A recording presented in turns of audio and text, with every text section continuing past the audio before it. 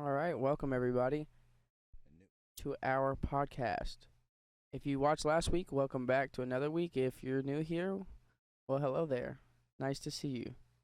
Oh, welcome. Welcome to Good to the see. show. Yep. It's been a crazy week actually from the last time that we recorded. A lot has happened in a week. A lot's happened in the past month. It's been a crazy. Actually, before we get started, I would like to thank our sponsors. Just kidding. We don't have any sponsors. I was gonna say, Daniel, did you like dream up some sponsors like last Well, night? actually, I was gonna surprise you with all the sponsors that we didn't have. Well, I'm glad you surprised me because I knew that we didn't have any sponsors, and then you gave me the information of that we didn't have any sponsors, and it was like, wow, what a surprise! How would I have ever known that this information was gonna come? I wouldn't. I love surprises. And that was a word from our sponsors. Fucking dickhead. Back to the show. Oh my god. All right. Oh man, no. Okay, as I was saying though, it's been a crazy week, a crazy month, and pretty much if you don't know, if you haven't been watching, on this show, we love to talk about. I don't want to say controversial things per se, but we like to state our opinions and we like to talk about things that are going on in the world. I personally believe that you add a little bit more love, a little bit more understanding, a little bit more compassion into the world. I mean, you can make a change, and that's what I'm usually about. I try to be the best person I can be, which is a struggle sometimes. Because personally, I'm not gonna lie, I think I can be a character. I can be a character. I can be tough to deal with at times. I'd say so. Yeah, thanks, man. You really, thanks for really backing me up there. I I mean, appreciate. that's what I'm here for, Daniel. Come on now. To lift your spirits up and put you down whenever I get the opportunity. My job. That's called friendship, everybody. Thank you. You're welcome. At all times. That's what I'm here for. I clock in at 8 a.m. You don't. sometimes whenever I wake up at 8 a.m. So, like, 60% of, like, one of the days out of the week. 60%. Okay, one of the days. Yeah, 60% of like of one of the days. of one of the days. Yeah, So, exactly. So like, one day out of the week, 60% of the time, I'll wake up at 8 a.m. one day that out of sounds the more week. realistic. Yeah, definitely so on that. So on that day, you will rue the day, Daniel, because I will wake you up, come in there, give Please, you a good old rock'em sock'em, and then also tell you that you're a big old piece of crap on my way to the coffee machine. pot. I mean, yeah, I guess you could say it's a machine. I take pride in that every 3 out of 5 weeks. 3 out of 5 weeks. Beautiful, ladies and gentlemen. My roommate and friend Joshua Moreno. Give him a round of applause, everybody. Kidding. All right. Yeah, don't do that. So I was thinking about it, and with everything going on in the world recently, I'm saying this is always like people look at me when I'm like, what is wrong with you? But I think like, chaos is the biggest form of truth that you can have in the world. And I'm not saying what's going on is necessarily chaos. I think it's more so a form of order. It's an order against order. I know that sounds silly, but uh, I guess to catch everyone up, if you haven't been paying attention, which I'm assuming pretty much everyone has, it's kind of hard not to when it's plastered everywhere. You can't really escape it. You go on anything, you're gonna see what's going on in the world. It's hard to avoid unless you're just trying purposely not to pay attention to it at all. You have the riots going on. You have the protests going on. You have a president who does nothing but hate on just the people, pretty much. I don't, unless you agree with what he has to say, you're a terrible person. Apparently, you can't have a point of view or say what you want.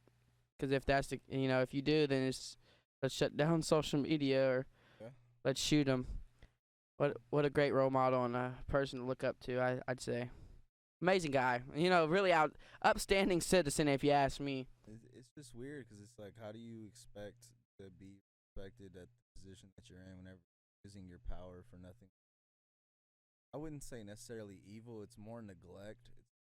You have the understanding that you have the ability to make changes in this country and in power in itself, but you decide that instead of doing that, you're going to send the National Guard and military forces out to stop peaceful protests around the country. And it's like those peaceful protests are, people are saying that they're becoming not peaceful, or they're turning into looting and rioting. And it's like, well, there's been plenty of evidence to say that the police are involved in a lot of that escalation, and if not the complete 100% reason for that escalation.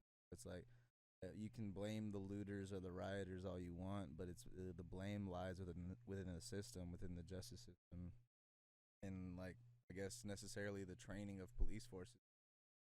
Seems like it seems like after like just a few cases, like you would think that like police academies across the nation would start like adding more into their training. You know what I mean? Or like this type of thing would be handled over a certain amount of time. But it's like it's weird seeing such like repetitive acts happen over and over again through, like, no matter where you put the location or what you set the time to be, the same acts are still happening. It's weird. Yeah, but you see how they spin the narrative every single time a news report comes out. It's always, what were they doing before the camera? They should have listened to the police officer. They should have just followed the rules. Or what were they doing? They had to have been doing something. You know, it's always, you want to spin the narrative because you want the people that are supposed to be the people protecting us to be the people that they say they are. But if you know, at some point you gotta face the truth. Come on, listen to the music. What's fair is to ask questions, not like as far as like what was happening, like what actually happened. What's not fair is like in those questions to expect an answer to, or to like be giving an answer in your question, like come on, we both know what actually happened here. Like, that's not okay. But it is okay to be like, okay, I need the details, the facts, what has happened. Like asking what were they doing before the camera was turned on can be necessarily an insensitive question if you are expecting the answer to come out like they were doing this and this and this and they deserved for what they got. You know what I mean? Your intention behind that question. If your intent in that question is to get that type of answer, then that's not okay in my opinion. But if your whole intent in asking questions is to get facts and try to piece together what the situation actually is, and I can see how that's not necessarily like that is necessary. Like, it is necessary to get all of the facts because of, like you said, how they spin the media in with narratives and how they try to cover up things by saying, "Well, look over here," like kind of like what's it called? Whenever somebody like touches your shoulder over here and then grabs something on your left side, you know what I mean? Yeah. Misdirection. Like misdirecting the news, you know what I mean? It's like, look over here, we're gonna do this, talk about this, while we're under here taking what we want out of you. You know what I mean? Yeah, and we've talked about it before too. You know, the system is always been, it's never been truly our friend. It's just now, you know, people are starting to see how crazy it's getting, especially when you have a president who incites bad behavior. It's made things worse than what it is. And I have had this conversation with so many people about our president, and you know, you can say, well, he's a businessman, he's not politically correct. It's almost when Chris Rock said you can have, you know, a couple bad apples. There's jobs that you can't have bad apples. Yeah. Like police officers. Yeah. There's a couple bad apples. No, or the president. Yeah, he's not politically correct. So you're telling me if I'm the president, I can say shooting people is okay. I can say that I'm going to come in and take force on these people. You know, you're treating citizens like objects. That's criminals. You're telling me, regardless, treating citizens like criminals and objects. Objects. So what you're telling me at this point is, okay, he's doing okay for our money, our economy's okay, but as long as our economy's okay, it's okay to treat us like we're not human beings.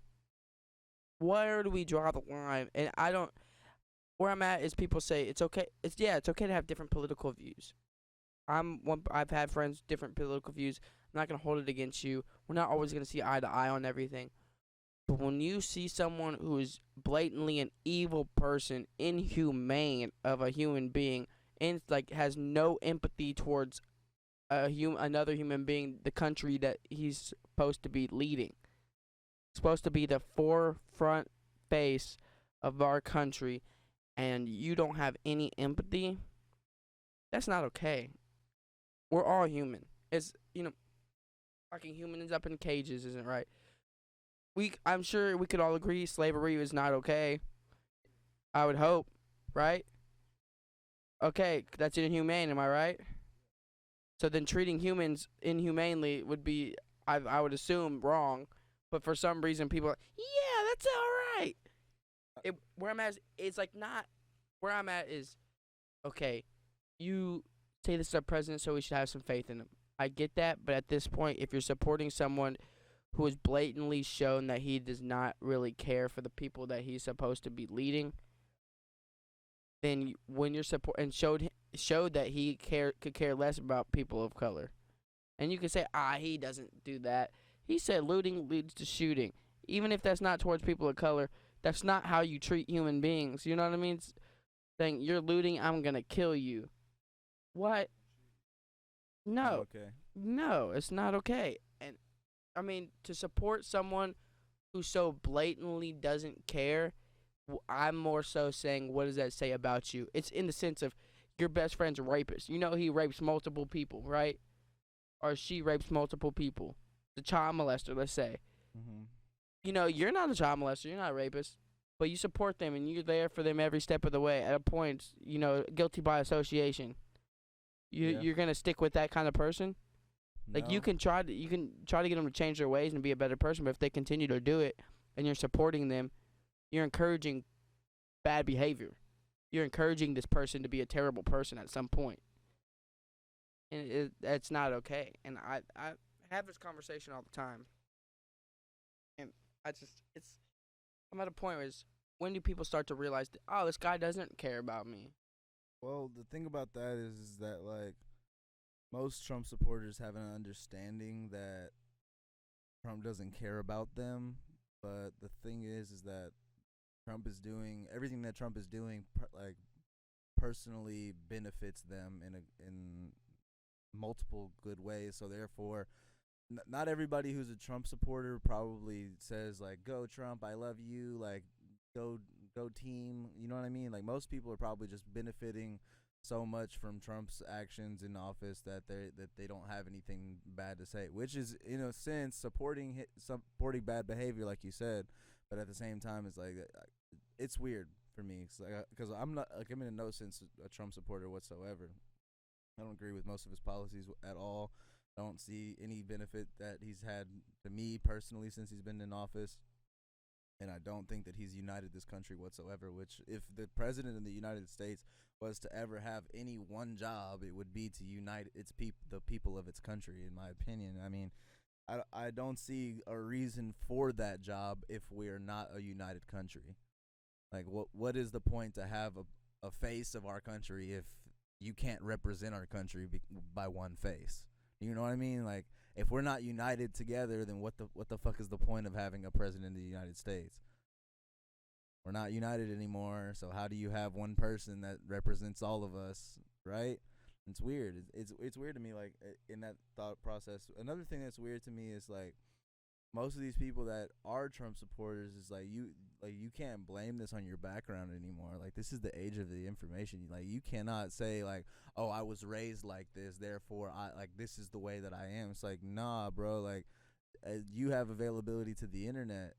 You can teach yourself now. You can learn for yourself now. Like if you had any will in your heart to do better for yourself, then you wouldn't follow the same errors of your family's and ancestors' ways. That's you being fucking what's the word? Not just ignorant, but it's like you don't give a fuck. Like not it's not giving a fuck about the progress that you can make in yourself. It's like forget how you affect other people, like how you are as a person. Like if you have hate filled in your heart, like like how do you think that that's a benefit to you and your livelihood? Like, in what way is hating someone just based off the color of their skin, their sexual orientation, their religion, whatever the case may be? How does hating any one person based off of something that you cannot change, and maybe even they cannot change, depending on, like, I mean, you can change your religion if you so choose. You can change your sexual orientation, potentially. Some people say you're born with it. But some others say not. But what I'm saying is like, your color of your skin, you can't change. There's things that, like, whether or not I can or can't change with this thing, you can't either, but you still hate me for it. Like I don't understand how that hate benefits your life, and I don't I don't understand how racism exists based on like there is no benefit to anybody in that situation. Like you killing someone based off the color of their skin. Like even if you don't go to jail, what did you get out of that?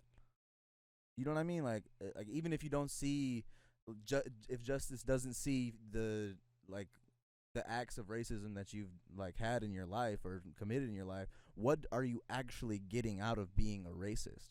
You know what I mean? I don't even understand how racism exists. I don't understand how one day someone said you're a different color, so you're lesser. Right. Or How like does that even make sense? I'm above you based on this. It's like, well, you're declaring that, so by God, I know that you're wrong. At this point, it's like I've always had this thought process. It's like if someone has to declare something to you, then that means that something is a lie or a fallacy or something else. It's like if I don't got to tell you that I'm an honest man. You should know that.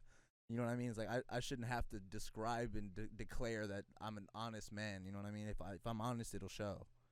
You know what the biggest joke to me is when you think of people who say they're Christians. God is my shield, or God is my protection. You say you're a Christian, you believe in God, but you're racist.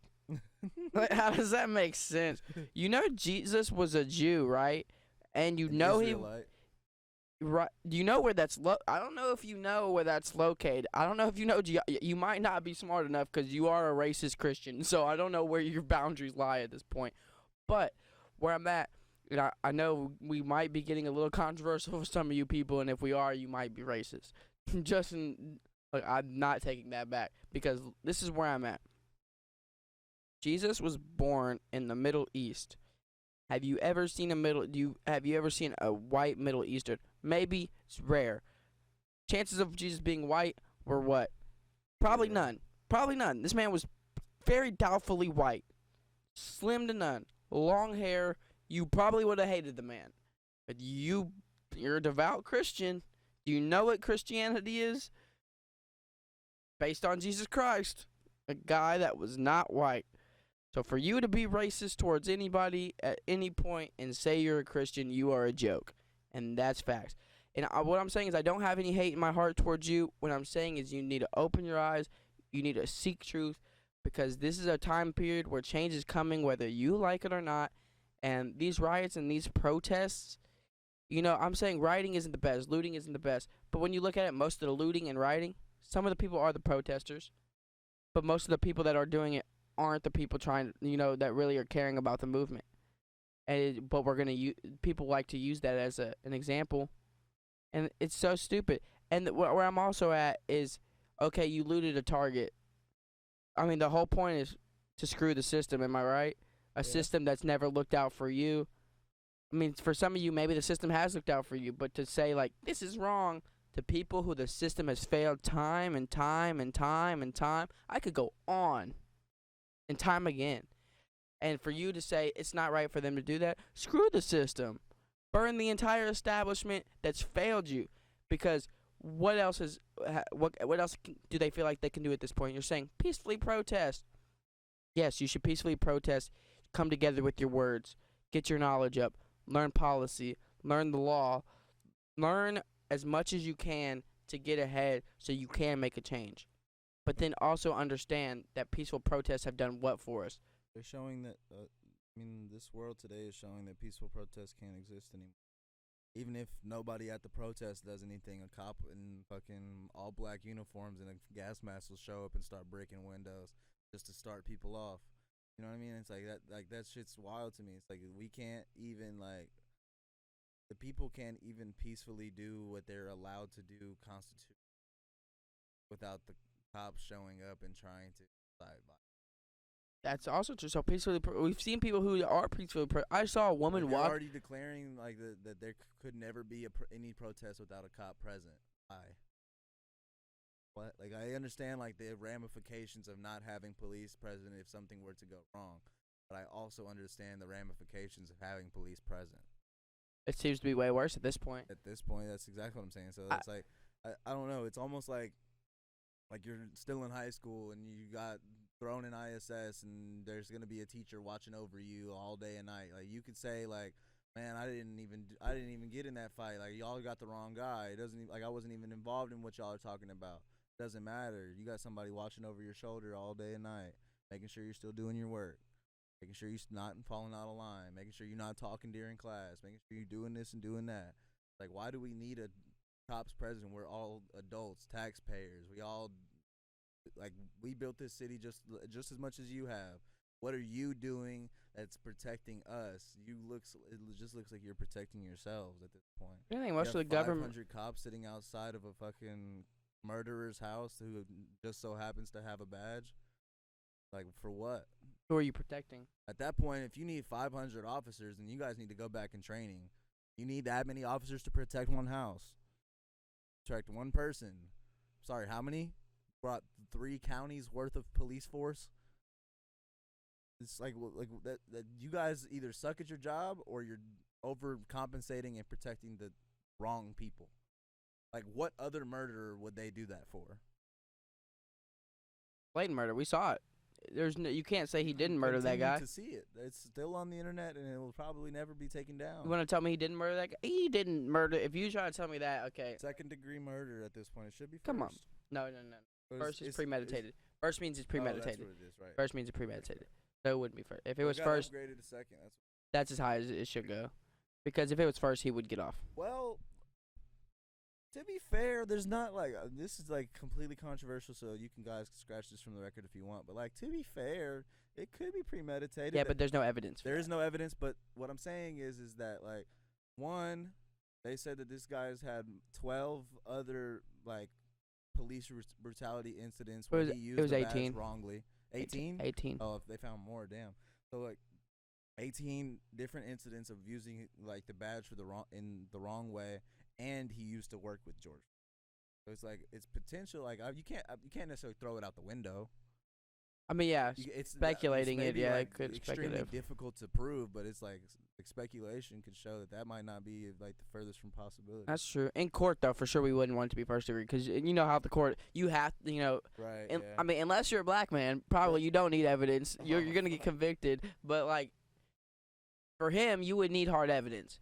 In his case, that's so weird. You would 100% need hard evidence. Like, what about like? Because it's like it almost seems like pretty much anybody without a felony. I don't know. I feel like even people with felonies at some point become police officers. But I feel like anybody without a felony could become a police officer if you give the right amount of effort, right amount of training, and you sign up on the right piece of paper. And no offense, not to be mean. I'm not generalizing everybody. I'm not saying everybody because I know there are good people. I've met good people that are police officers, but I have rarely ever met a smart police officer. Someone who is intelligent in the police force, someone who is knowledgeable on the law and knowledgeable about what they're doing and knowledgeable about life and people. Do you know why that is? Like mostly, I mean, for most people, protecting and serving isn't their dream job, and most people who are smart enough to do whatever they want don't want to protect and serve. So at this point, it's like we're stuck with the people who don't know what they want to do with their lives and the people who do know what they want to do with their lives, which is use their power for bad. Like, I never had power in my life, so now that I have power, I'm going to use it every time I get the chance to. That's not what power is supposed to be. True power is like resistance. To know that you have the availability to do something and not do it. Facts. And like that's true power at the end of the day. But just having a gun or handcuffs or whatever it is, having a tool belt on a utility belt essentially on your fucking hip means nothing to me. That's not powerful. It's not powerful that you get to resist someone down and literally choke the life out of them. That's not powerful to me. That's cowardly that you needed 3 other cops to hold one man down and you still choked him out. Like, that's fucked up and it's beyond cowardly. But also what I was going to get at whenever I was saying is like anybody can become a cop and like it just if you like just do the right things, it's like it's so weird to me that like how anybody can become a cop but police officers protect cops who become murderers way more than anybody else. Like that was just a regular guy. He went through a 6-month training and now you gave him the license to kill because you're going to protect him. Maybe he's not allowed to kill, but you're going to protect him either way. He might not go to jail. which most don't. So at that point, it's so weird to me how like basically whenever you get your like police badge and gun, they're basically giving you like that's you cross over into like this territory where it's like you live above the law, not just like I'm gonna run this red light or I'm gonna run this stop sign or whatever, like not just traffic tickets and parking spots. It's like you can kill people and get away with it. Not like you're running away and you're an outlaw. No, get away with it and still go to work the next day. Like that's so fucking weird to me. How that's like how the system has allowed for that like gray area. Like how the system has allowed for there to be an area where humans get to kill humans because they have a bat. Terrible, honestly. It shouldn't.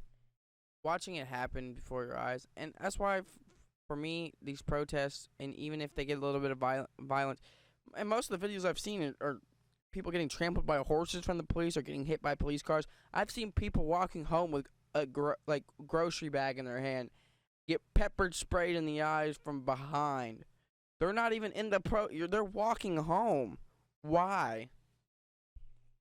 For what? Because you can. I saw a video of a news reporter, Yeah. hands up on the ground, showing their badge. I'm allowed to be here. This is my job. Bro, I think Pepper sprayed in the eyes. I don't remember which state it was for, but there was a senator I think he was outside the Barclays Center, so that's in Brooklyn. So I don't know if that's New York or New Jersey. He was a I senator. think it's New Jersey. He was a senator, and he was like basically like tear gassed, essentially there was a picture of him like with his hands up, Yeah, like with and they arrested him. all in his face, and he got arrested and shit. A senator, bro, like just trying to go protest like with the people peacefully. Like this is the police officers who made that arrest. This is their lawmaker. I know, yeah, no. It's so weird. It's like this is this is your boss. I'm here to protect the law and serve the people, but I'm gonna hurt the people and fuck up the law because I can, because I have that badge. You know that one that they gave me when they gave me this gun? Yeah, the gun that'll kill you if you keep coming at me. That's me. I'm that guy. What's good? How's it feel? I get to smile whenever you're in pain. That's fucking weird. Your senator is the law. Like, they do help pass and make the law. It is crazy. Like, how do you so are you above the law? What I was saying, it's like we're getting, it's like almost like the police force, like it's like signing up to be on the police force is like signing up to be in the mob at this point. You know, they said that some police academies are basically graduating officers early right now. Just because they need like more help. Yep. What the fuck? So there's gonna be people out there who haven't even gone completely finished giving them a good. That's what I'm saying though. This is like that's probably not the first time that's happened. Like you got people that are probably police chiefs by now, and they started out by not finishing their training. Crazy world we You know what live I'm in. saying? It's like it's just strange that nobody's doing anything about it. It's like the people are rioting, protesting, and you still have media outlets talking about people are getting out of control, aggressive, and where could this anger be coming from? Just like, are you serious? You're joking, right? Like, can we say psych? Please say psych. And where I'm at is part of the reason I do a lot of things I do is protesting and rioting is just the beginning. This isn't where we need to end. This isn't gonna be the end. We need to start educating ourselves. We need to start learning about what we can do, and it's gonna take big steps. You know, not everything's gonna happen right away, but it's a start. Revolution doesn't happen overnight, but it's gonna take all of us, and it's gonna take all of us to actually take and you might hate me for saying this because I know everyone does protest in their own way. Everyone has their own way of showing that they're in solidarity with other people, so I mean, by all means, do whatever you feel like is best. But black screens on Instagram is not going to be enough. You know what I mean? You could say, like, I did my part. That's not, I mean, that's fair. Okay, you're showing you are in solidarity.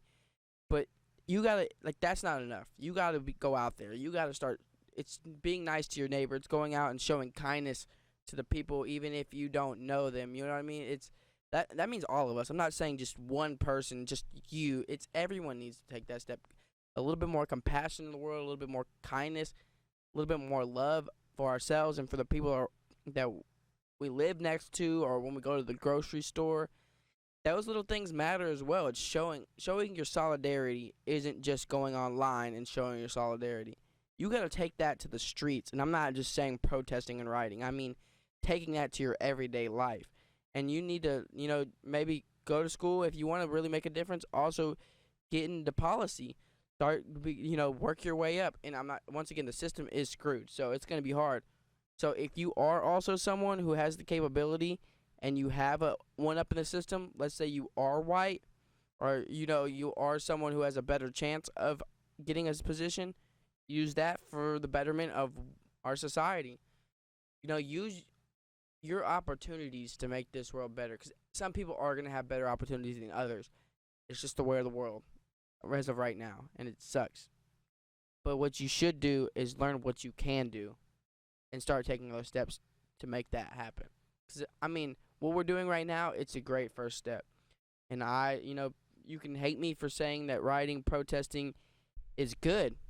It's not good in the sense that, it shouldn't be something that's happening. It's terrible. But it's good that people are taking a stand finally, because people are tired and they're sick and tired of seeing this stuff happen over and over and over again. I'm sick and tired of seeing this stuff happen over and over and over again. I'm sick and tired. I hate the fact. I don't hate a lot of things, but I hate racism. Plain and simple. I hate. Period. If you're a hateful person, I just don't like. That doesn't make sense to me. I mean, everyone has different backgrounds, though.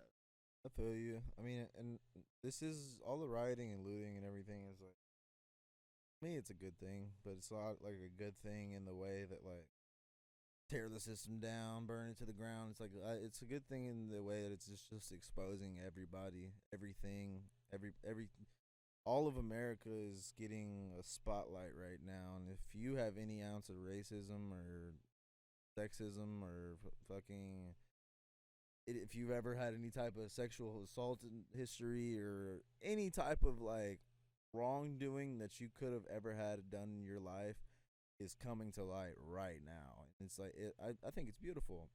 For me, it's like if you had, like I said earlier, it's like if I don't understand how racism is a thing, just given how I don't see benefit in anybody in that situation. For me, it's like I think it's beautiful that people that are racist are losing their jobs and getting doxxed. And it's like I don't think doxing is necessarily like a great thing, like getting people's addresses out on Twitter and shit like that. But it's like I also don't think having hate in your heart for color is a great thing. So I mean, at this point, it's like I don't want you to have a bad life. I don't want you to lose your job. I don't want people to come to your house and spray paint the MAGA sucks and all this other shit on your house. I don't want that. But I also don't want you to be as racist as you are and have as much hate in your heart that you do. So therefore, if I can't get everything that I want, then I guess, I mean, I'm just cool with the way that things are. If you're going to be an asshole, be an asshole. But there are repercussions for your actions, sir. And if the system's not going to give it to you, we will. Strongly. And repetitively if necessary. How many times we got to teach you this lesson, old man? Oh, classic. I've always been I'm not saying I've always been a person for a revolt, but I've always been a person to stand against what's wrong. And I think personally, I'll say it now. I've said it before, and I'll probably keep saying it. Chaos is truth in its purest form. Chaos to us is, things going, not the way you want it. You have a certain order. There's a certain order to nature, but have you seen the certain order of nature in itself? It's not a pretty sight. I mean, there is beautiful things, but there is a lot that is not pretty in nature. There's animals murdering other animals. Have you seen tornadoes? Have you seen hurricanes, tsunamis? Nature in itself is chaotic, but that's what makes it beautiful. It's nature. It's like, Are you going to stop it? like the only reason tsunamis are a bad thing whenever it comes to like natural disasters is because people build houses on the beach. Yeah, or near the water. Exactly. I mean, if no one lived like like 3 to 7 miles away from like in radius from water. I mean, like how big of a natural Well, some are disaster? worse. Some tsunamis are way worse than that. Okay, what I'm saying but is yeah, no, I like get you. I get you. if you didn't build houses or buildings or businesses in proximity from the tsunami to hit, then how big of a natural disaster would a tsunami be? Do you know what I mean? Earthquakes are different. Like has to do with like the tectonic plates and things like that. But I'm talking about specifically tsunamis is like hurricanes. You can't really necessarily predict either. They kind of like, well, you can like predict the trajectory, but as far as like how bad it's gonna get, I mean, if you live in the middle of the like country in the U.S., you're not gonna get hurricanes. You're gonna probably get tornadoes. Yeah, get a fuck ton of tornadoes. tornadoes. So I can see some natural disasters being a big thing, but there's some where I'm just like, that was your choice. You didn't have to live on the water. Come on, man. like. And also, you know, it's the world's ending.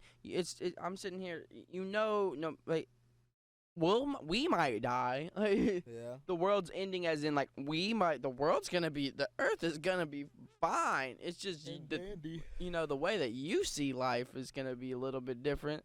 And that's where I'm at. Is we have an order because we have a system that set up things a certain way, and what you have to realize is that doesn't work so fine for everybody. And, it worked fine for you, and now it's chaos because it's going against everything that you learned. Right. And guess what? It's chaos, but guess what? You're finding some truth. Most of it is truth. It's people living their truths at this point, finally, and coming and saying, I'm tired of this. So for you to be, this is not the way it should be. Okay, then you tell me what way it should be. You have all the answers, apparently, and you know life way better than everyone. Tell me what's the best way to go about it? Peacefully protest. Okay, then okay, we've done that. Now next, okay, you don't have any idea. I'm waiting. Like I'm sitting here. I'm all ears. Oh, you don't have a plan. That's crazy. Sound dumb. You don't have a plan. Oh wow. It's like, I mean, nobody really has a plan, and that's why it's becoming chaos. Because like chaos is, like you said, like every system that we have in place is a system to be able to control either people or things. You can't control everything, and when you do try to control everything, you end up hurting a lot of people. And that is to say that whenever someone's controlling something, they have an agenda in mind. Like I have things that I need to do, and I'll help this amount of people. Obviously, I can't help everyone. Like, well, then maybe you shouldn't do that. Maybe you shouldn't do anything if you're not good. If you're like basically saying 50-50 is good with me. Half these people will like me. Half these people will be systemically oppressed. I'll be fine, right? Like, why is that okay with like the world's leaders? It would be like, we're gonna have a lot of people struggling and hating the fuck out of our country for this, but we'll be fine. Let's go ahead and do it. Like I feel like either one, you should just put new systems in place where you have to deal with a lot less people, or two, you gotta start helping out more people, because like at this point, like obviously the 1% are being helped out at every given moment, and like everyone else is being taken care of on like a kind of like a 50-50 basis. Like you might get it, you might not. We might help you, we might not. We might care, we might not. You know what I mean? Like Flint, Michigan still doesn't have like the cleanest of water. It's been how many years? Claimed to be the powerhouse of this world as far as country goes, but we can't even give our own fucking cities clean water. This is what I don't understand. It's like, how do those types of things go unnoticed or go forgotten? You know what I mean? Like the people of Flint that are still suffering. And people just forgot. Oh, it's no big deal. No big deal. We're just on to the next one, the 24-hour news cycle. On to the next big topic. What the fuck happened to Corona during these protests? You know what I mean? It's like, don't go out, stay at home, stay at home, stay at home. Soon as protest starts, like, please, like, that was like a stay at home because, like, riots are starting, not a stay at home because we don't want you to spread the virus. I haven't seen Corona on the news in a while, like really, like at as all. prominent. Like, when's the last time you saw like the coronavirus deaths toll or whatever it's called? You know what's crazy to me though is that everyone's been. It was like everything came together in a sense perfectly. I'm not saying like perfect in the sense like this was the perfect way of everything to happen. I'm saying like the chain of events when you look at it. We're locked in, right? There's a virus. We're locked in for so long. People, you don't have things that you used to have. You don't have the gym. You don't have sports to go do. you don't have maybe if you like I went to shows a lot. A lot of people don't have these things to go and let off steam or get away from people or just to have time to themselves. So people are locked up with people, or maybe people they don't Or like. themselves, which More is violence worse. is starting to happen. A lot more Or anger they're is built locked up, up. or they're locked up with themselves, which is even worse, or isolated. You know what I mean? It's like That's also true. And so for some, and it's just all that starts to build up, and then this happens. People are, then people are tired. They don't have anything to basically divert them from, or anything to divert their anger. They have nowhere to put it now. yeah. And So guess what? you also had like a lot of time on your hands to be able to pay attention to what's actually going on. Like without Corona going on, you got to work 5 days a week. You know what I mean? For 40 hours of your week is gone in like your time is like being distracted with whatever your job is. You know what I mean? You don't have those time of day to be able to pay attention to what's going on in Minneapolis or Atlanta or whatever is going on. You don't have all of this time to actually be like pay attention to everything. Once you do it, it's just like once you have like what's weird is like about that Corona shit. It's like once you have that time on your hands to pay attention to everything, and no availability to do anything about it because you're stuck in your house and you have the fear in the back of your mind is like, fuck, I don't want to go out because like somebody at the grocery store could have that shit. Like obviously I have to. Like, I'm gonna wear a mask and my gloves and shit. I'm gonna be as safe as possible. But it's like that little fear in the back of your head that's keeping you home is like, I don't want to get sick and I don't want to get my family sick. Then you also have that anger in the front of your head that's like, I need to get out of my house. I need to do something insane that this is happening. Like this, me sitting here is like kind of like me disrespecting myself and the people that are getting oppressed because I have the availability to do something about it, but I'm choosing not to off this fear that's in the back of my head. You know what I mean? Like that type of aggression can pent up somebody into. And then you have people who lost their jobs, people who don't have, so people have That's time, true. and then people that are mad that they lost their jobs. The system just has failed so many. People are like, the system failed me. It's just led up to this moment, and I just, if you're sitting here saying this is not the way to go about it, by all means, draw me out a 12-step plan. Give me the next 10 years, what it's going to look like. Let me know. And like, give me all the step of events. Tell me if you can read the future and if you know how everything's going to pan out for everybody. And then come back to me and then let me know what you think is the proper way to go about this. Like I'm not necessarily saying I condone violence, but I also don't. condone the actions that cause the violence. Exactly. So it's like like I said earlier, it's like we have to at this point sit back and examine like we have allowed the world to get to a place where violence is almost if you don't see violence as necessary in this situation, like you said, it's like please give me a situation where I don't have to use any violence, yet change will occur. I see it this way. Like that in this type of this type of problem, it's like that situation you don't have to use. It's rare. Very rare. Very rare. I see it this way. You've seen the shows. Awesome. If not, I'm not gonna really go into. I'm gonna kind of give you a basis of what the show's about, but not really. So there's Avatar, The Last Airbender. If you've seen Lord of the Rings, there's a show I just started working on Netflix called The Dark Crystal Age of Resistance. Basically all essentially someone's trying to take over. Dominate the land. Ruin everything that's good. Basically control a certain group of people. Certain people are benefiting. Like in Avatar: Last Airbender, a lot of the fire clan nation was, yeah, this is great. Right. And the rest of the world said, this is terrible. We're all getting killed and we're losing our land, and this is horrible for us. And guess what? They had to start a war. People got killed. People got hurt. But guess what? At some point, it was necessary, because if they didn't do that, what was going to happen? You're just going to continue to let it. That's cool. It's cool. Like, I'm going to just stand here and be like, no, you can't just do that forever. There's a point where if you want change, you got to stand up, and sometimes violence happens. It's not great. I'm not condoning violence. I'm if anything, I'm a peaceful person. I'm always a person. I'm going to try to talk it out before anything gets out of hand. But sometimes when change happens, violence will occur. blood will be shed at times, as we have seen.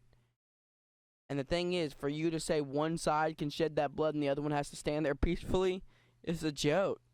It's honestly a fat joke. Yeah, that's how I feel. It's like if cops around the world didn't have guns, tasers, things, and they were just a uniform and badge, but all the civilians had guns at these protests, like, would think that the views would be the same. Think like cops would have the same feel that type of power, like without that gun on their hip. Like, I am your authority. Well, are you, or do you just have a weapon? You know what I mean? It's like, do you actually hold any type of authority in this city? Do you actually do anything for the good of this city, or did you just show up today with a weapon? That's where it becomes weird to me. It's like you want, like, at these peaceful protests, you say a cop has to be present. Why does the cop have to have a gun? He's trained, physically trained to be a cop. If you can't fight and you're a cop, then what the fuck are you doing in the street trying to protect people? You don't know how to stop somebody and put them in handcuffs without your gun on you. How did you get to be in this position? I'll say this: I think some people might have guns too, though. Like, it's in case. Well, if they do, well, you should be tactically trained to disarm somebody, even if your weapon's not on you. Also, if you're in a gunfight and somehow somebody takes your gun out of your hand, you're dead now.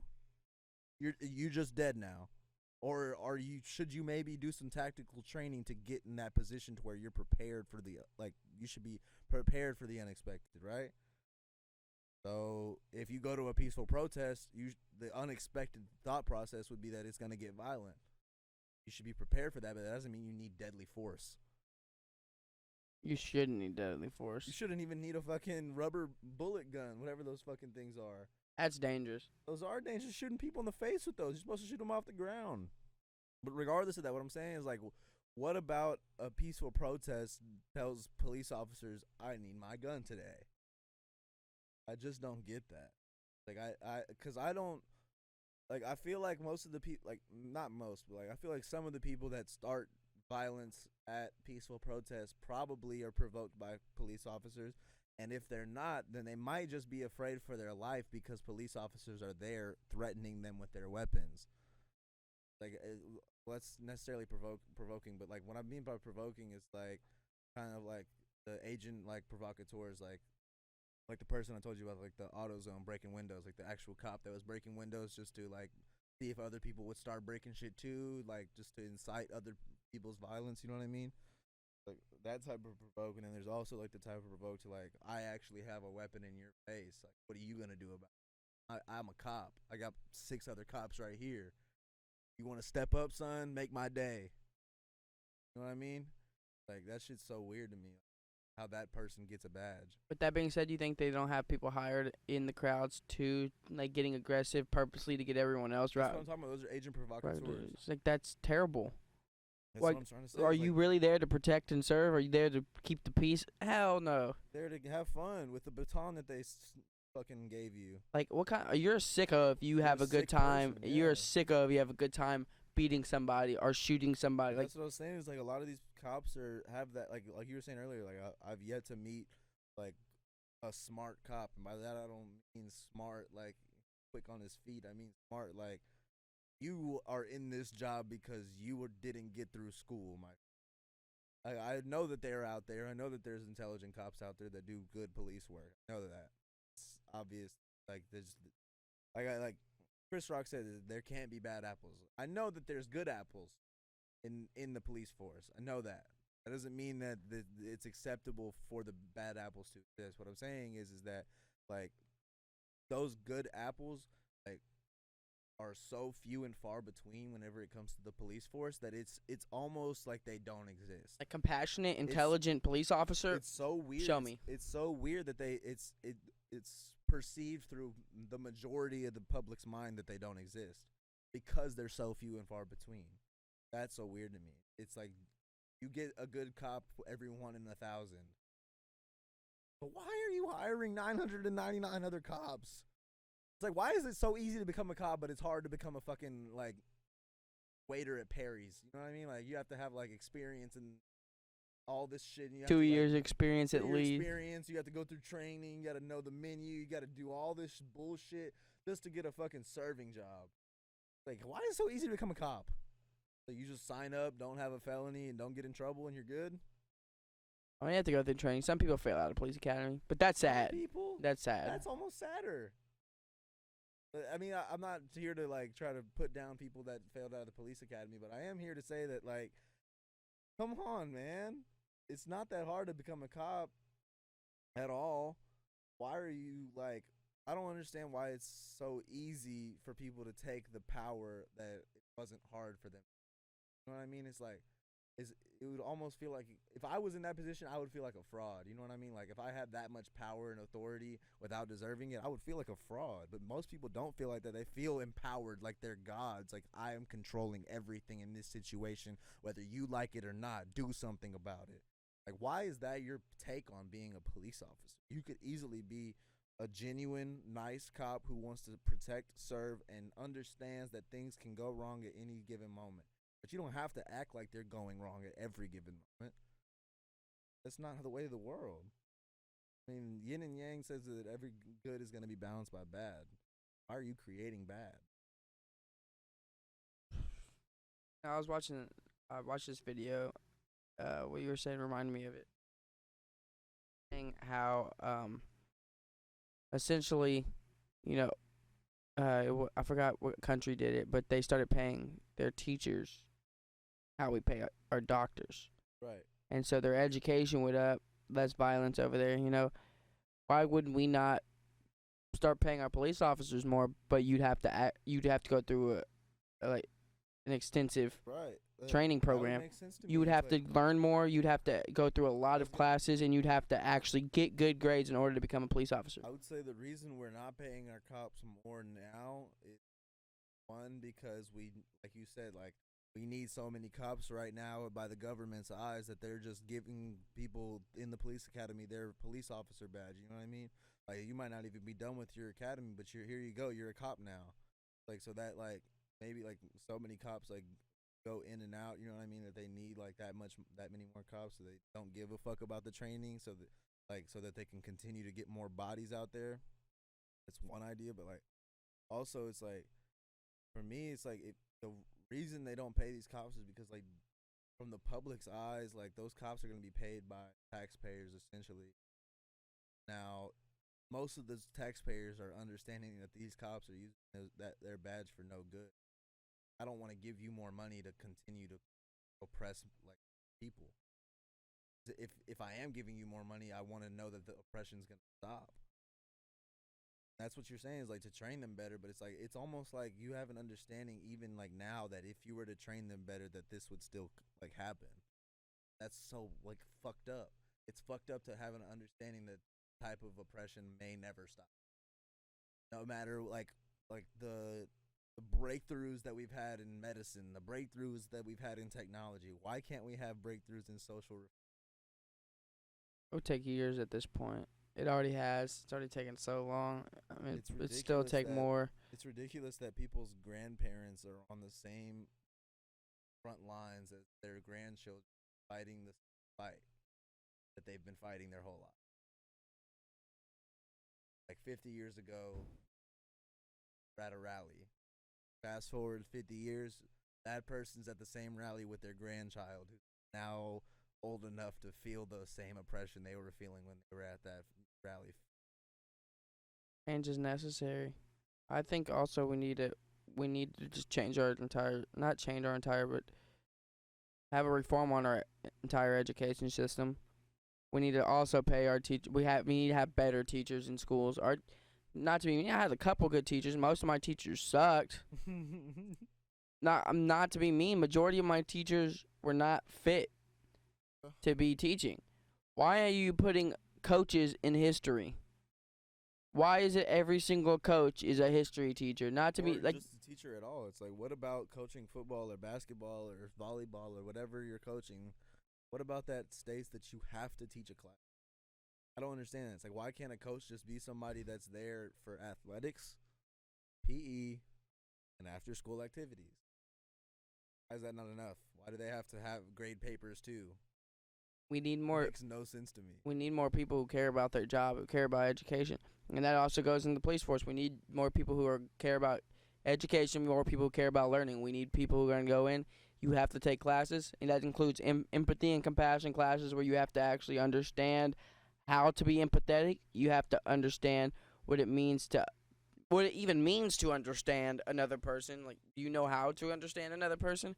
Because your understanding of people might be terrible, and It's you not should just not be a police officer. It's not just understanding like other people, it's understanding like yourself and the impact that you have like on people's lives and the livelihood that people have. Like just like for example, it's like if you're a police officer, you negatively impact one person's life. Like you don't necessarily just impact their life, you impact their family's life, and you impact everyone on that block that saw you arrest that person. Especially if you did it for the it's just tough because it's like like in that position you don't necessarily know like the reparations of your actions when you're doing it, but you also like you said, it's like that's not an excuse to be a bad police officer. Like you can't say I didn't know what I was doing. You have one of the only jobs in the world where you have to know what you're doing at all times. If you don't give up your badge, give up your gun, you don't need that. Go home and be a janitor at a school somewhere, or fucking go teach science classes at an elementary school. Apparently, we don't give a fuck about our teachers either. So I mean, it's not like it'll be difficult to get that job. Come on now. Not to be mean, it's not to be rude at all. Majority of my teachers were not smart either. I mean, I had some good ones. I'm not saying I didn't. I had some good ones. I had a lot of teachers that were not smart as people. They weren't intelligent either. They knew how to teach one class, which, don't get me wrong, you shouldn't be really versed in whatever you're subject, teaching, yeah. but also you should be intelligent to an extent where you have a deeper understanding of a lot of other things. So when you talk to your children, you know how to talk to them, you know how to educate them, but most importantly, you know how to connect with them. So these kids want to learn, and you're teaching them thoroughly to where they actually do learn. It's not just here's a textbook. You know, going through school. I mean, Weird, you could tell. Come like, on. the teachers that care and the teachers feel it in like whenever it's like a kid hates a teacher class, it's not because that teacher is great at their job. like I'll tell you this: physics class, everyone hated physics, but they loved the class because the teacher was amazing. I never got that reaction. Everybody in my class loved physics and the No, class. I mean, and yeah, the no. teacher. I mean, like, they Nobody hated how hated hard it was. I mean, even I hated that, how it's hard like, it was. Nobody hated it because it was like everybody knew that Glebe wasn't gonna fail you. That's true. Because like he was the type of teacher that like it's not to say that he was a bad teacher because he wouldn't fail you. It's like nobody failed because he helped each individual person so much. Like if he saw that you were falling behind, it wasn't like, hey, you're not understanding. Like you're gonna fail. You might need to get out of this class. You know what I mean? He was never on that. It was Never. like, what are you not understanding? Come to my after school tutorial. And he would one-on-one. I'll One-on-one. Everybody leaves my after school tutorials at 5. From 5 to 6, I'll stay after for you. We can go over everything that you're not understanding. Like who the fuck does that? They know that they're gonna be at the school till 5 every day because they have some work to do. So I'm gonna let my class come in here in my classroom and do whatever they need to do, study, help each other with their homeworks, go over things, cheat off each other. Even though I know that that's happening, I'm not gonna say anything. I'm gonna just relax. You know what I mean? I'm gonna let these kids be resourceful. He caught me cheating and just gave me a speech. He said, "You know you're better than that." And I was in honor societies at that point. I'm not gonna. He said, "I know you're in honor societies. I'm not gonna tell anybody, but you know you're better than that. I know that I've seen you in this class, and you're more than capable." Like, gave me just I'm sitting here. Fuck. What is going on? No, man, I don't know. It's like that. Like, there's certain teachers you can tell that like they actually give a fuck, but it's almost like the ones that don't, you remember more. For some reason, it's like the ones that don't, you remember like you almost remember dreading going to the classes you hated more than going to the classes you for some reason. Like at least I do. It's like those moments are like burned into my brain. Like watching someone that hates their job make me hate my life. That's Type a shit. It's like I'm in here for an hour a day, all week, every week. Even when I go home, I gotta think about this bullshit ass class because you're giving me homework for the weekend, you bitch. Sorry, she's not a bitch. She's just a person who didn't like her job. It's all good. most. I mean, that's what I'm saying. Is most of the you can't you. I mean, you that we have it. It shouldn't be a thing. We should have people who care. Compassion is almost a lost art. It's not. I feel, compassion, caring about the person next to you, compassion and love. I think at some point we'll go deeper into that. I wanted to talk a little bit more about that today, but we've definitely talked about a lot. Other shit. We've talked about a lot today, but that's Yeah. something we're definitely gonna go deeper into. We want to give love and understanding and compassion its own episode, but keep finding things to talk about that are a little bit more important. Like, because I mean, obviously, love is It's important and understanding is important, but it's like those are like things that are important to us and like to our lives necessarily. I think it's a good building block for anyone's lives, though. For sure, I'm saying like we're finding things that are more important to talk about, like socially and like in our experience, like that we feel the need to speak about these things more than we like. It's not like I don't feel a need to speak on love or compassion. It's like I have the understanding that I know what those things are to me. I do feel the need to speak on things like this because it's just I feel like silence is speaks louder volumes than anything. The more you allow things like injustices and racism to continue to go on, it's the more you allow your children to have a life that you wouldn't want for them. It's weird to think about, I especially agree. in our young age. But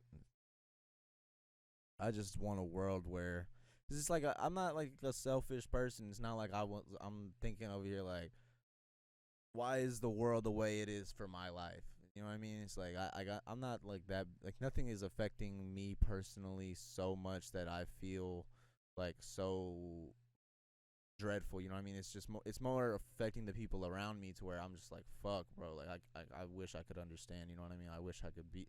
I'm trying. I'm standing with you, but I wish I could like necessarily. I don't know the word I'm looking for, but No, I'm right there with you though. So most of my life, I haven't had a perfect life, and I don't know too many people have. I've gone through my fair share of challenges, and I'll say I usually make the best of my life, and I can say currently, I'm doing well for myself. Life's going good for me, but I'm the type of person, man. To humane it like living and humanity is a part of who we are as humans, and to deny that is to lead to a way worse world. I want better for everybody because that also means better for me. And if you don't realize that, that's come on, you know what I mean? Wanting better for all is wanting better for yourself. It's you act like, having everyone where they're equal is gonna take away from who you are. Come on now, right. I just can't stand that. I've grown up with too many people, and had too many friends from all different types of backgrounds to sit by.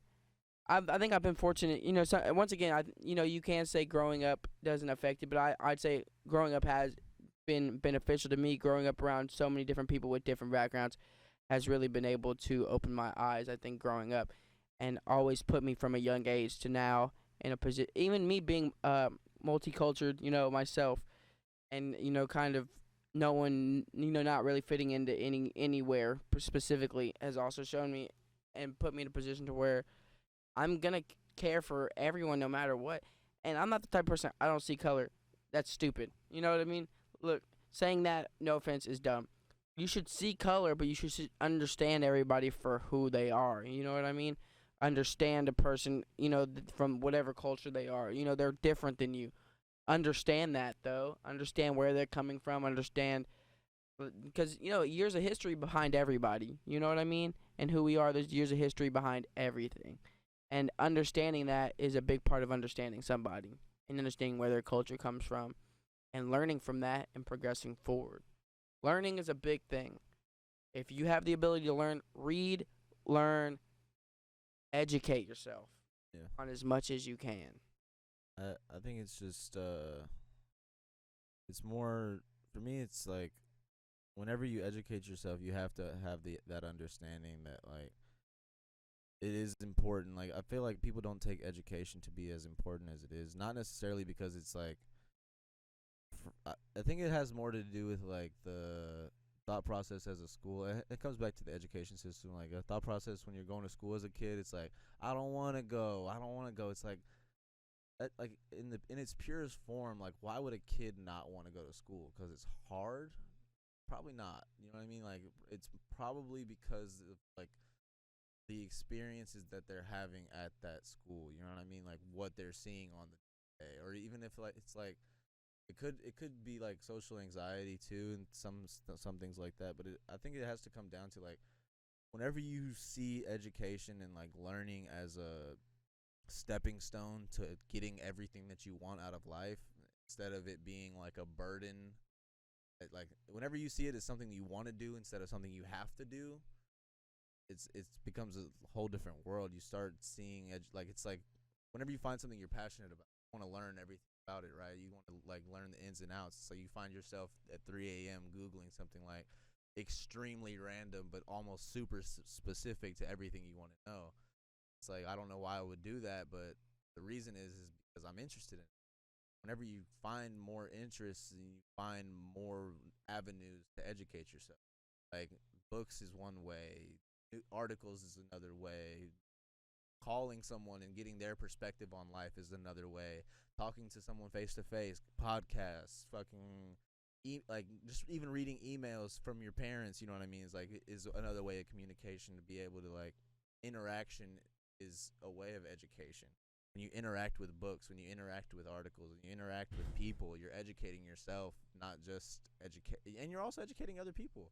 Like just because like you know something doesn't mean like you have to only you have to know it. It's like that's the idea of success. It's like why do people that are successful think that like if they share their secrets or how they got up to the top that other people would take them down? You know what I mean? You're truly successful, nobody could take you down, right?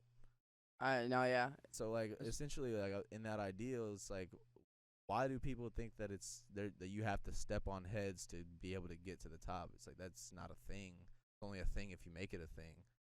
You don't have to be better than someone to get the job that you want. You just have to be the best you can be, right? The other person that's in the room has nothing to do. If you take it upon yourself to say that I have to be better than them, then you're limiting your potential. You're saying that the highest I have to go is right above them. Instead of saying I'm gonna be the best me I can be, you don't know how good that is. You know what I mean? It's two ways of like seeing bettering yourself. You're saying I can do just enough and get to the job I need to get, or I can do as much as I possibly can. And if I get the job, oh well. I mean, if I don't get the job, oh well. I did my best. You know what I mean? It's like I don't see that first thought process that like Jim is doing great over there, but you know what? I'm gonna do doing plus one. Instead of doing that, you could just be like, fuck Jim, doing great over there. I'm worried about me. I'm gonna go ahead and dedicate my time and energy to what I'm doing over here. You know what But I I mean? think it goes back to the whole structure and order thing. Things have to go a certain way, and things are supposed to be a certain way. Instead of letting things like you living life to the best of your ability and allowing, like you know what, if you give it your all and you do what you can, at a certain point you have to allow things to happen. If they don't go your way right away, it doesn't mean it's the end of the world. Like that saying, like let go and like let God. Yeah, and that doesn't mean just I'm gonna just No, whatever it happens. just That's means not like what that it means. just means you do. It's like the like whenever you're doing your homework and you don't and you come across a question, you ask your parents like for help. They say like as much as you can, and whenever you're done, find me and I'll help you with everything that you got left. Basically, just move on to the next one, finish off what you can do, and do all that you can do, and then whenever you're finished, maybe then ask for help. You know what I mean? Like, but there's no reason to find an obstacle and say I can't do this anymore. You got to do it for me, or you got to show me how to do it. You know? Or I gotta step on your toes and make myself look better. Yeah, it's like that. That shouldn't exist. You do all that you can do, and whenever you get to a certain limitation, then you start trying to teach yourself more. Being the best doesn't mean being better than everybody else. Being the Right. best means doing the most for yourself. Like being the like greatest basketball player of all time is like you can debate that all day and night, but you'll never get a true answer. But everyone in that debate was their best self. So at that point, it's like it doesn't matter. Nope, they're great. Can't argue that. What I'm saying is like you can argue who was greater, but you'll never get the answer. It's like even if you're not in that argument, they're still great Right. basketball players. You look at and they dominated the game. Right. And they might not have been as good maybe as that person, but they're still amazing players, and they're not going to be looked at any less for not being in the greatest of all Where time. I'm at is like if you develop an app and you sell it to Apple or whatever, and it's the number 17th most downloaded app in the fucking I'm whole fine with app that. store. I'm fine Who with the that. fuck wouldn't be fine with that? I'm You fine. know how with many times that shit like, oh no, it's 17. It's not in the top 10. I guess that I'm a failure. It was only a I million. guess I'm a failure. It was not in the top 10. It's nowhere near the top. I'm nothing. It only had 1 million downloads. I don't get that. It's like, come on, man. Like, you really got to see that number one next to your name to feel like you did something. Like, I don't know. I understand, like, the competitive nature, but I don't understand the competitive nature to, like, that extent where you are dissatisfied with your results just because someone else has, especially in this age, because it doesn't take a whole lot to pop off. You know what I mean? It's like if you only need like one hit, like you're a musician, you know what I mean, to get everyone's like eyes on you. You only need like one guest on a podcast, or if you're starting a podcast, you're a celebrity, you're good. Right? Yeah, you're gonna have all of your fan base listening. It's gonna be a successful podcast already because you got the fan. So therefore, you're good. And if you don't have a fan base, like as far as that goes, is you only need really like one super like famous guest for people to get their eyes on you. If they like you, then you have fans forever too. You know what I mean? It's like in this age, it's not the most difficult world to become known or to become noticed. It's like think about how hard it was, like a platinum recording artist in the 80s, 90s. You know, like without social, You had without you had to have a manager, like a marketing person. without all of that shit. It's like that shit must be extremely difficult. Think about how many people are platinum artists now. It's not it's few and far between still, but it's multiple per year. That wasn't. I don't Being think necessarily self-made that is was a always more happening. of a thing now than it was sure. before. Like you had YouTube. Like what was that joke from Rick and Morty? Is like you're 14, Morty. You watch YouTube videos of People- reactions to other YouTube videos. Like People get big off that. people get big off of that, Yep. and that's okay. That's fine. But what I'm saying is in this age of like where you can necessarily get known for almost nothing, it's weird that more people don't use their platform for change. You know, like for betterment of society. It's like people say like, I'm gonna collect this check and I'm gonna be good. You know what I mean? Make these videos every week or continue to make this podcast or just continue to make music, and I mean I'm gonna be straight. You know what I mean? How many people actually use their platform to, like, you could say that Cardi B is annoying, but she uses her platform for all types of change. Every day she's on her shit talking about how people can do this or how she's upset with this or how this is happening and that's not cool. You talked to Bernie Sanders. Bro, she's active as fuck. You could say that you don't like her music. You could say that she's annoying. You could say that this and that or that or this. But the fact of the matter is that she's one of the few like biggest recording artists out there right now that's actually using her platform to make. Like, I'm not saying that nobody's doing it. I'm saying she's one of the few. Like, that's very admirable. More people should be doing that. Just like you said earlier, it's like posting a blacked out picture on Instagram is not enough. Like there was somebody that said like it said like reminder that posting a blacked out picture on Instagram without like donating to causes or signing petitions is necessarily just participating in an Instagram challenge. It's true. Like, if you don't care about the change, but you're just showing up on Instagram and saying #Blackout Tuesday, then yes, you are just participating in an Instagram challenge.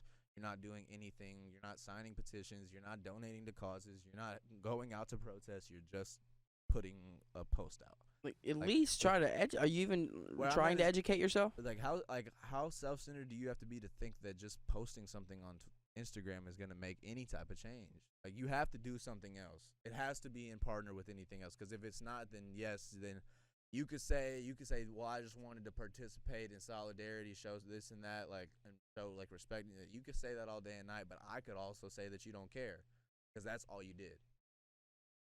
Like, it's like that. That's not enough anymore. Nothing is enough anymore. It's getting to a point where it's like these riots aren't enough anymore. These lootings is enough anymore. Because it's like it's grasping attention, but it's not grasping. Like, the only thing that changed from the riots and the looting was that escalation of those charges for those police officers and the other 3 police officers that got charges now. There's other police still beating down on people. But there's other people that are still having injustices happen to them still to this day day. to day, yes. Yeah. Carlos, I think, told me earlier there's only been 27 days in the whole year of 2020 where there hasn't been a police brutality incident or a police shooting, like an incident where a cop shot somebody. Terrible. That's insane. What other department would we allow only 27 days for them to not do their job? Like, out of all the days we've had so far, only 27 days they did their job correctly. And what other a doctor kills 3 people, they're losing their job. Now, 2. If they kill a person every day, all year, except for 27 of those days, how many licenses are they still going to have? 0. You're banned. Bro, you're in jail. You should be in jail at some point if you're just continuously killing people. You're a doctor. It's like, this is criminal negligence at some point. You're just like, oh, oopsies. It was an accident. Like, come on. That's what it's getting to, a point of criminal negligence for these cops too. It's like you're criminally neglecting the cause that this is happening. Like, you see somebody in the street with a sign and think that that's like a threat for some reason. Like, how is a protest a threat to you? I think too, one of the biggest things is piggybacking off of that is just one of the biggest things too is like, this is just it is just the beginning, you know. It's just the beginning. And this is not to take away from Black Lives Matter, but I'm saying, like, this should be a start of even more than this should be the fight. It is the fight for equality. And also, I think we should start focusing on all the issues that the government, you know, like how the system's been screwing over people time after time, and just trying to make a change, not just for the country but for the world. And, you know, you're seeing the entire world participate in. It's not just America. You know, we only focus on America, but there's a bunch of other countries participating in these protests, participating in the rioting. People standing up and saying this isn't right. People tired of all the injustices in the world. And I think also we need to focus on everything that's been going on, because it's Black Lives Matter is important, man. Black lives do matter, and equality should be for all. And we got to take that and just keep pushing as hard as we can and make as much change in this time period as we can, because I think this is one of the, you know, we've had riots in the background, but we haven't had social media. We haven't had as much people be able to come together as we have now, you know what I mean? Because then, you know, it was more so, you know, you had to post stuff up, or, right. You know, marketing it was a little bit harder. Now it's isn't the first time this has happened, just the first time it's been recorded to this extent. You know, and you know, it's crazy because we've talked about, like, the Aquarius age, and then also 2020. The Aquarian age isn't just astrology. That has to do with man, I wish I could remember what it's from. We did a podcast on it. Yeah, I don't remember that at all. But then, so basically, this is like the age of, like, the age before this was like the age of information. No, this is the age of information. Age before this was the age of, you know, basically building structures, like everyone like hands-on stuff. You know what I mean? More farm work and stuff. Now we're the age of information. You know, it's just everything's coming to it. Like, this is one of the biggest changes that's gonna happen in human history. Period. And then there was something I was reading about astrology today too. Was in astrology too, 2020 was a year that is basically, like, it was supposed to be big changes.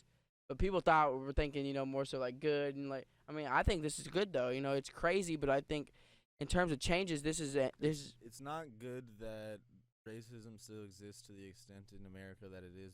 But it is good that it's being exposed. It's good that we get to see what's been hidden for so long. What's been in the dark. It's like everything that's been hiding in the dark, or that people have been putting in the dark is coming to light, and it's beautiful, but it's also it's a little terrifying. Oh no, for sure. Because if especially what's terrifying about it is like understanding that this is only the beginning, understanding that more is to come. Like, where does this go? It's like I hope that it goes to a position where we're able to take a step back and necessarily rebuild the societal structures that we've had for so long. But it almost seems like that's not going to happen. It almost seems like it's going to get to a point of like no return. And that's only being like, It depends on how this war turns out. And to say it's a See, war is rough, but it's what no, it it's is. for sure a It's war. what it It's is. a social war. It's a political war. It's different types of war. Got a fucking virus war going on right now. Fucking, I don't know, man. To say that everything is gonna be fine is just fucking stupid. I think it's gonna be very difficult to live through these next couple of years. Probably next 5, 10.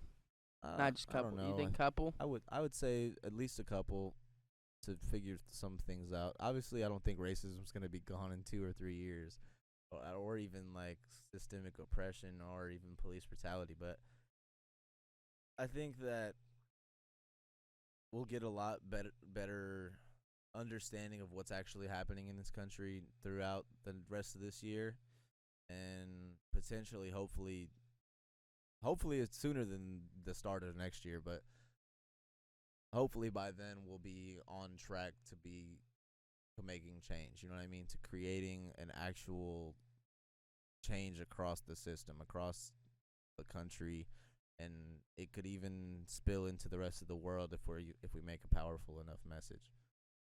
It just comes down to the effort involved. Whenever you have such a divided country, hard to put in the effort into one goal. Hard to get everybody to do one thing when everybody's fighting each other over several other things. This is the thing. There will always be evil in the world. It'll never go away. See, that's But all we can hope for is that the good outweighs the evil. And right now, it's hard to say which one's. What would seem like evil is on the higher up. So what I'm saying is, when war coming out on the other side isn't necessarily saying everything's 100% better. right. It's saying that when we come out on the other side, good prevails. It's saying that all the people that are reigning right now that are terrible people, all the people that are causing all this agony, all the people causing the pain, all the people causing for the chaos, that they're the ones that are ensuing this chaos. Like, you know what? Like, the chaos is happening and people are rioting, protesting. What doesn't help is people in power antagonizing it and saying, screw you, we don't care about you, and if you continue to stand up, we're going to make a lesson out of you type of deal. That's, and for that to overcome that, I think, when good overcomes is the majority, that's when I think we'll be in a better place, because you'll never get rid of evil. Yeah, I mean, and that's like almost like it might be even inhumane to try to get rid of evil. It's like thinking of like a life that was perfect, or a life without struggle, or a life without stress. It's like that's not a life. I mean, like, whenever you have the understanding that most of the great lessons in your life have come through struggles, maybe you have to understand that trying to eliminate struggle isn't the best thing in the world. It's not to say that you should struggle. Like, I enjoy struggles, but I'm saying, like, they are almost necessary in life. It's like adversity. It's like diamonds in the rough, you know what I mean? It's like, I'm not saying that the types of adversity that we're seeing in the world are good, but I'm saying that adversity in itself is good. It helps you deal with issues. It helps you find solutions. There are certain adversities that shouldn't be. There are certain adversities that should not exist. I agree with that. But that's what I'm saying. Is like, I don't think that adversity in itself should be eliminated, but there are types of adversity that should be, and that we could eliminate. It's just, like I said, it's going to take a lot of effort to get people on the right side of thought process as far as what needs to be eliminated and when. It's going to take some time. And Well, it's going to be a wild ride to see. There's a lot of where we people go. that have already felt like it's taken some time, and that they don't want to wait any Oh, longer. it's exactly. No, that's why we're at. But I mean, that's what I'm saying. Like It's I said, this is just the beginning of the change that we're gonna see, though. well, that's what I'm saying. Is like whenever you say it's gonna take some time, it infuriates some because it already has. It needs to been. happen now. It needs to happen yesterday. Not wrong. Should have already been happening. But I don't know, man. It'll be interesting to see what comes of all of these protests. Brad was talking to me a little bit about how they're like trying to make the George Floyd against Minneapolis like police department kind of like the big case, like what was it called? What was it versus Brown? What was that historical case? Like like how they have like legal cases that get taught in like, law schools and stuff like that. Yeah. They're talking about this case becoming like one of the major cases type shit. I forgot what was like the major like the What was can you explain the case to me? the case where is something versus Brown. You remember what the case was? I don't though. remember now. Sorry, Okay, I'm not a you're- law I was like, student. you're not helping me out at I'm all. not a law student. I but did, I probably could remember the case if you explained it to me a little bit better, but you're not giving me really anything, and I don't know like the cases that much. I remember learning in AP US that history, was Brown versus the Board of Education. Sorry. which was Which was I remember a hearing landmark about- decision of the Supreme Court in which the court ruled that U.S. state laws establishing racial segregation in public schools are unconstitutional, even if the segregated schools are otherwise equal in quality. and what's the So that was like a major like legal case that was taught through the years in like law schools, like because it was like the case that changed like the availability for segregation to exist in public schools. So they're talking about like this case necessarily of like George Floyd versus the Minneapolis. I don't know if it's against the police department or the state or whatever it is. yeah, what would it lead to? I don't necessarily know what it would lead. I don't. I'm saying like it's gonna get like I think that I was reading somewhere and Brad was talking to me about it, how it's gonna get like national attention on like the legal view, not just be like a internal police department thing with. So there's gonna be some reform. Hopefully, Police reform is what hopefully it'll lead to. Hopefully. hopefully, but I think like I can't prove, but I think that it potentially could go to the Supreme Court. Yeah, I remember hearing reading today about it might have been Minneapolis. It's one of the states talking about police reform. So I think that might have been it. It could be it. I didn't see the case or anything, but Yeah, because that's what I'm saying is like, and if that happens, that's gonna be like, of course, these riots and like things like that is just like witnessing history, but that's like actually that's like police reform, yeah. that's like for sure, like that's for sure history books. Like these pictures of like the police station on fire might not make the history books, but that would definitely make history. It's gonna be crazy because whenever he's already making history. Like George Floyd is inspiration to 60,000 people in just the Houston area, and that's more than that, but that's just who the showed people up. that showed up to the protests.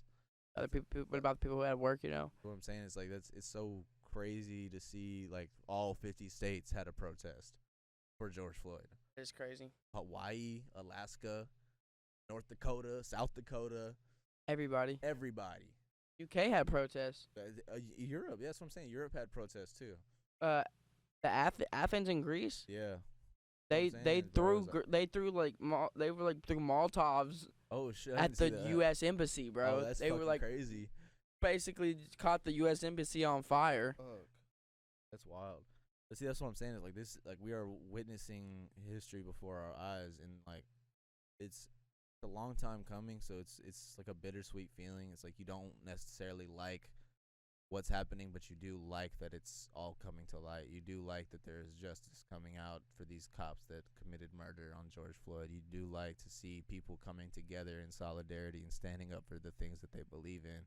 And you do like to see that there is change that's possible to be made. It's like that hope of having like that hope you have in your heart of like one day ever creating change in the world is being answered right now. You know what I mean? That hope of seeing a change happen in your lifetime so that your kids might have a better one is happening right now. We're seeing that change being created in the streets of Minneapolis, in the streets of Atlanta, in the streets of LA, everywhere. Not just this country, but around the world. The voice of George Floyd saying "I can't breathe" is being heard, and that's changing lives everywhere. It's beautiful. Sad that it had to come at so many lives. I just wish it didn't have to come from such a dark and twisted area of livelihood, which is murder. Humanity and compassion seem like it's sort of like what have we gotten to. Like I said, it comes to people who want power and money more than they want humanity, man, and it's a sad thing to see. But we'll see what happens. We'll see what, like I said before, educate yourself, continue to learn, figure out what you can do. I mean that's what I'm the type of person right now. I've been trying to read as much as I can, figure out where I can place myself, because not everyone's gonna be the protest leader. Not everyone's gonna be the person on the microphone. Everyone's gonna play their part in a different way, and right now that's what I'm trying to figure out is what my part can be, and what I would be most useful for and helpful for. And that's kind of what I've been working on myself. I just wish it was like it's just like I wish that the more you work on yourself and like or even like help the people around you it would create change in other people. It does. It doesn't. I mean, in those people maybe. But I'm saying like it's like I could be the best person that I am to everyone around me, and like there could be a cop in Washington who's still an asshole and commits racism and like police brutality and things like that. It's like it's so fucked up to understand that you can be the best you can be and that bad things will still happen. You know what I mean? Like things that shouldn't happen to people will still occur. It's fucked up, but I'm not saying that like shouldn't deter you from being the I'm not best. saying that it deters me. What I'm saying is like it's just a weird thought, because it's like it's kind of that thought of like if everyone was bettering themselves in the whole world, then maybe nothing bad would happen. But it's like even that is a far-fetched opportunity of thought. You know what I mean? Why the best we can do is with all the good people who do try to better themselves and wish the best for other people and have humanity and have empathy and compassion, have to stand together. Right. It's the only way we'll win.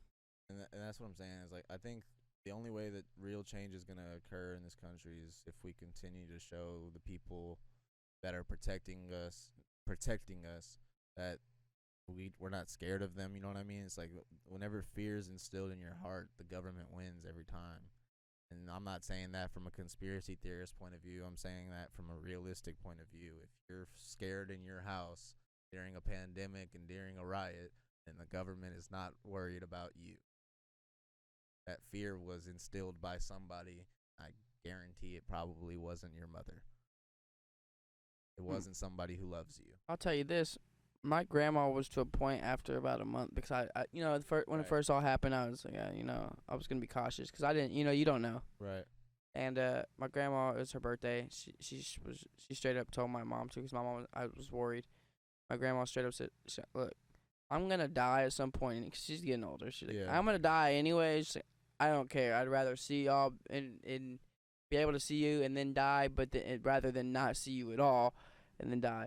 Like my family my grandparents are this kind of people. Was like, look, it's gonna happen. It is gonna. And I mean, it's tough to say for everybody else. Like that's insensitive to everyone else. But I mean, just for family, wise, I wasn't just going out and doing a bunch of things. You know what I mean? But like seeing your family.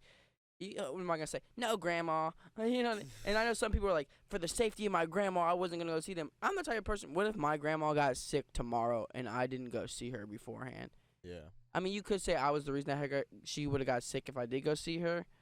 But then what if I didn't get to see her again because she got sick? She went to the hospital and I'm not able to see her now, and then she dies. Yeah. She's gonna be sad because she didn't see anybody. I'm gonna be sad because I didn't get to see her.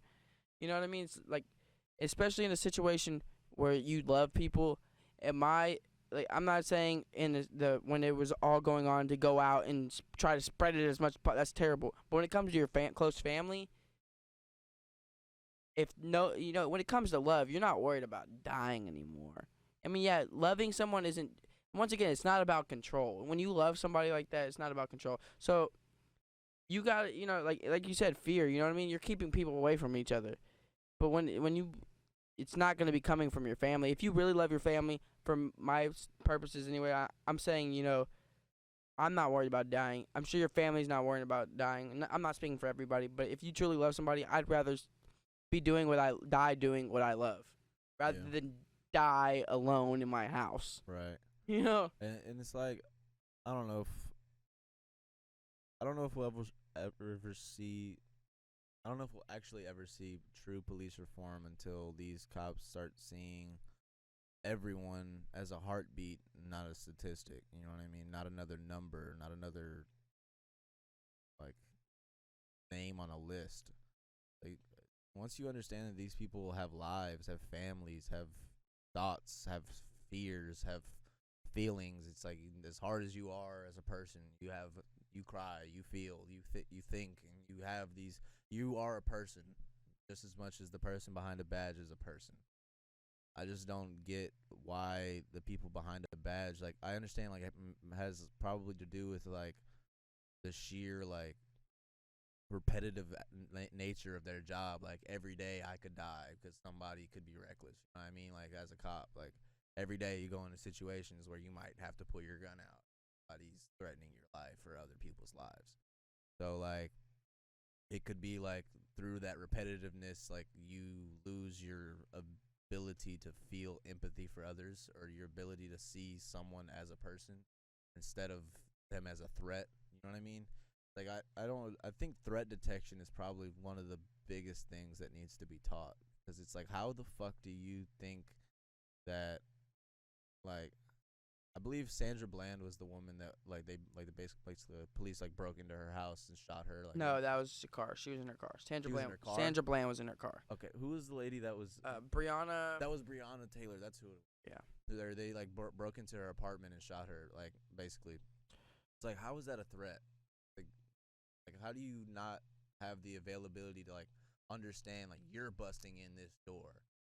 Like first of all, whenever you go into when you break into a house, like you just start pulling the trigger immediately, buddy. Like how does that work? Like how do you? They thought it was their house. But even that, it's like, how do you not have the availability to detect a threat? This is your house. You know every inch of this house. How do you not know that's not your house? Well, even if it's not your house, if this is your house, if your excuse is that I thought it was my house, well, if this is your house, you should have every availability to detect a threat. You know every corner, every inch, every room, everything, right? This is your house. Why are you going in guns blazing like you don't know where people are? So this is where I'm at. If I walk into my house and I see a whole new couch or like, I don't remember putting. Come on, my kitchen wasn't over there. You know, come on. It's It's a whole different place. They're not have anything the same in there. When it comes to threat detection, it's like even a person with a gun isn't a threat until they like become one. You know what I mean?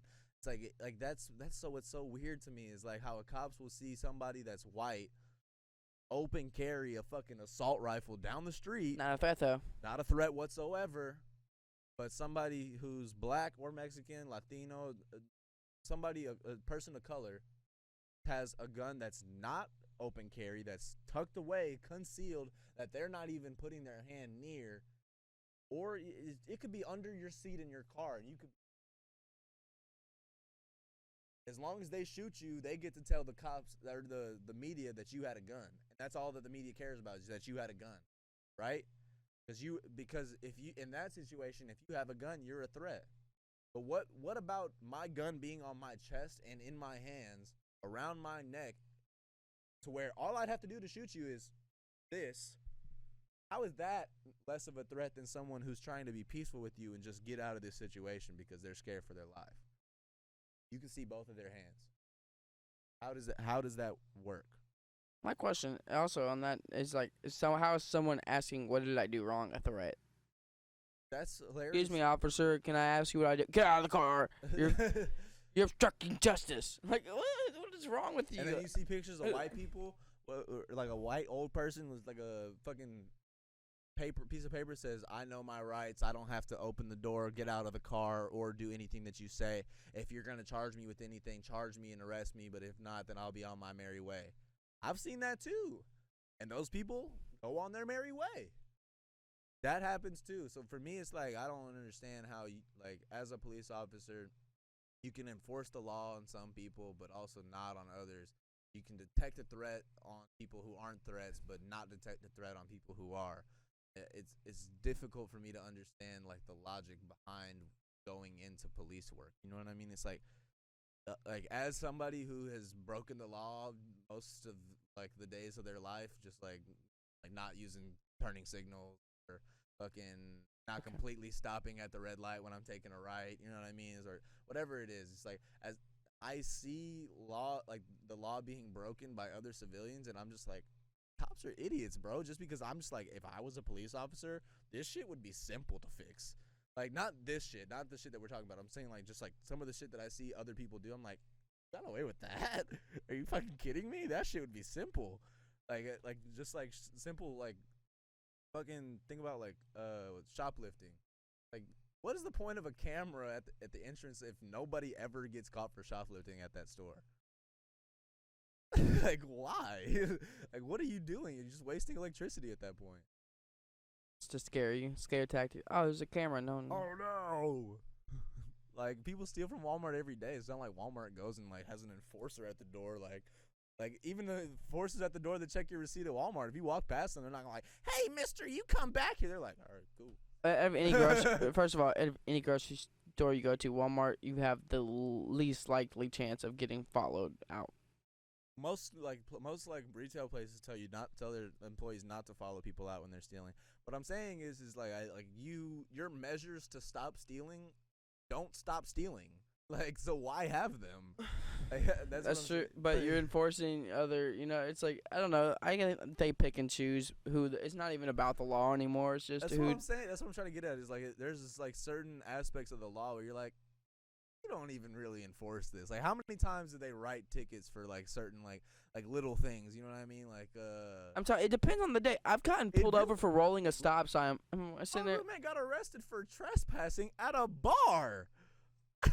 and all he did was step outside because they was like, the cops were arresting like our other friends who he was there with. He stepped outside to find out what was going on, and like basically they said go back inside. So he was turning around to walk back inside, and a different cop said, "We already told you to go back inside." So they threw him on the not threw him on the ground, but they like put him in handcuffs, put him in the back of a car, and arrested him for trespassing. first of all, At a public bar. half of them got arrested for just stepping outside to see, like, because it was like it was only started off as one person. It was just two people. It was two people. Because there was an altercation at the bar. Yeah. One person walked out to see what was going on. They got arrested. And someone else was like, what happened? It's like, what happened? And then they got arrested. And it was kind of a triple effect. And Four of them. the charge was trespassing, which is hilarious because it's like this was like at 11:30 p.m. on a Saturday night at a bar with plenty of other people there. It's not like they were there past close or anything. It's not like they were somewhere where they weren't supposed to be. They were at a bar that was serving them. And then apparently they walk outside this bar, like, even if they weren't involved in that, like, if that wasn't their friends, like, if they were just somebody just walking outside for a smoke, yep, you're going to. I told you, go back inside. Sir, I just didn't even know what was happening out Too here. bad, get in the car. I'm like, oh, this is the worst This night is of my life. fucked. This is terrible. What I'm saying is, like, you hear about, like, how many times do you hear about, like, that officer, Hernandez, he did such a good job, it's outstanding work. It's like, almost never. But you hear about so many different, like, piece of shit cops who do piece of shit things. And it's like, that's what I was talking about earlier. It's like, when it's so few and far between, it's hard to feel good about a cop doing good police work.